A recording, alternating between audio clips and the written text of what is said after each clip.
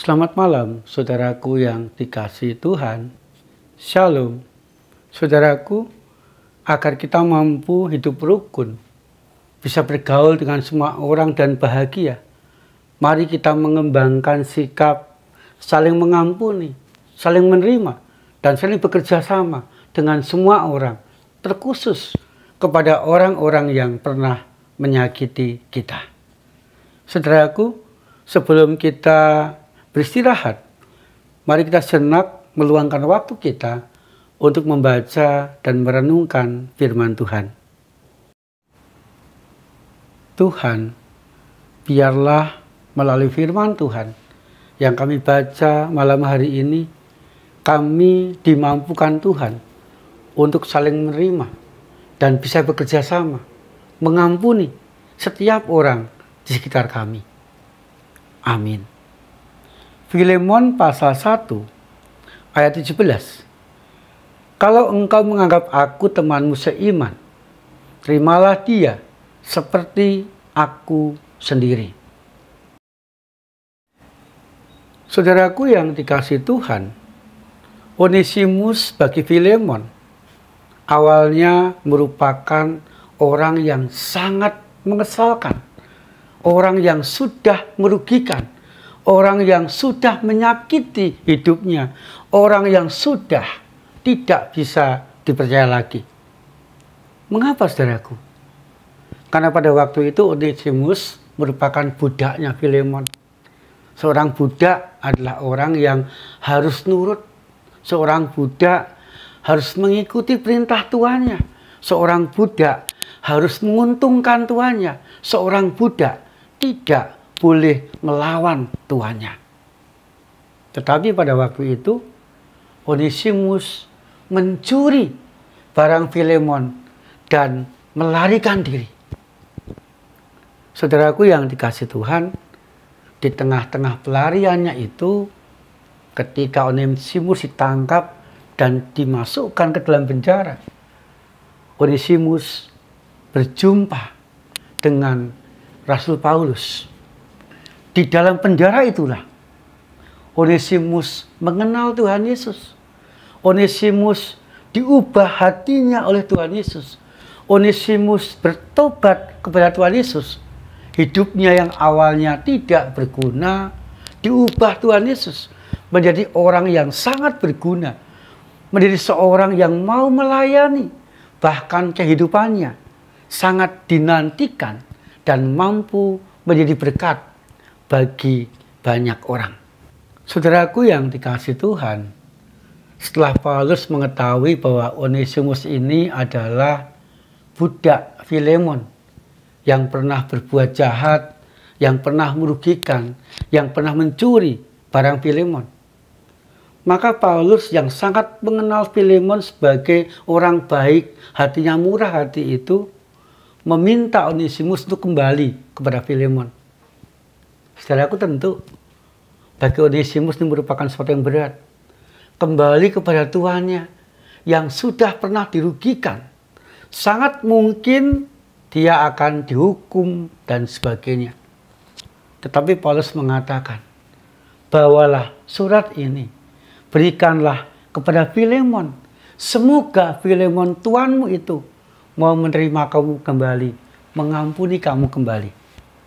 Saudaraku yang dikasihi Tuhan, di surat itu Paulus mengatakan kepada Filemon, kalau engkau menganggap aku adalah teman seimanmu, maka terimalah Onesimus, terimalah dia, sama seperti aku sendiri.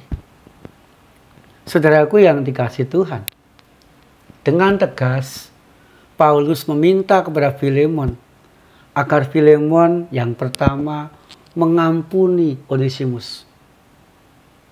Kemudian yang kedua, menerima kembali Onesimus dan memberikan kesempatan yang kedua. Kemudian yang ketiga, Paulus ingin supaya Filemon menerima Onesimus sebagai saudara seiman. Dalam arti Paulus ingin supaya Filemon ini bekerja sama dan bersama-sama melayani Tuhan. Saudaraku, tentu ini sebuah permintaan yang sangat berat. Permintaan yang sangat tidak mudah untuk dilakukan. Tetapi saudaraku, ketika dia melihat yang menjamin Onesimus adalah Paulus, dan juga dia melihat perubahan-perubahan yang dilakukan, perubahan-perubahan yang diwujudkan, yang ditujukan dari Onesimus, maka Filemon pun berlapang dada. Filemon pun bermurah hati. Filemon pun dengan cinta kasihnya menerima kembali Onesimus. Filemon mengampuni Onesimus. Filemon memberikan kesempatan yang kedua kepada Onesimus. Dan Filemon mau bekerja sama dengan Onesimus untuk melayani di kota itu. Dan Onesimus kembali bekerja dengan Filemon, tetapi bukan budak, tetapi sebagai saudara. Saudaraku yang dikasihi Tuhan, sangat luar biasa Filemon. Dia mau mengampuni, dia mau menerima, memberikan kesempatan yang kedua, dan dia mau bekerja sama dengan orang yang sudah pernah mengecewakan dan merugikan dirinya. Saudaraku yang dikasihi Tuhan, demikian juga di dalam kehidupan kita sehari-hari. Tentu kita pernah disakiti, tentu kita pernah dirugikan, tentu kita pernah di dalam keadaan yang tidak mengenakan karena perkataan-perkataan orang. Tetapi saudaraku, ketika Tuhan sudah mengampuni kita, ketika Tuhan sudah menerima kita apa adanya, ketika Tuhan senantiasa memberikan kesempatan kepada kita, kesempatan kedua, ketiga, keempat, mari saudaraku, kepada orang-orang sekitar kita pun kita belajar menerima mereka apa adanya, mengampuni mereka, memberikan mereka kesempatan kedua, dan mau bekerja sama dengan orang-orang tersebut agar kita rukun dan mengalami kebahagiaan di sepanjang kehidupan kita. Amin.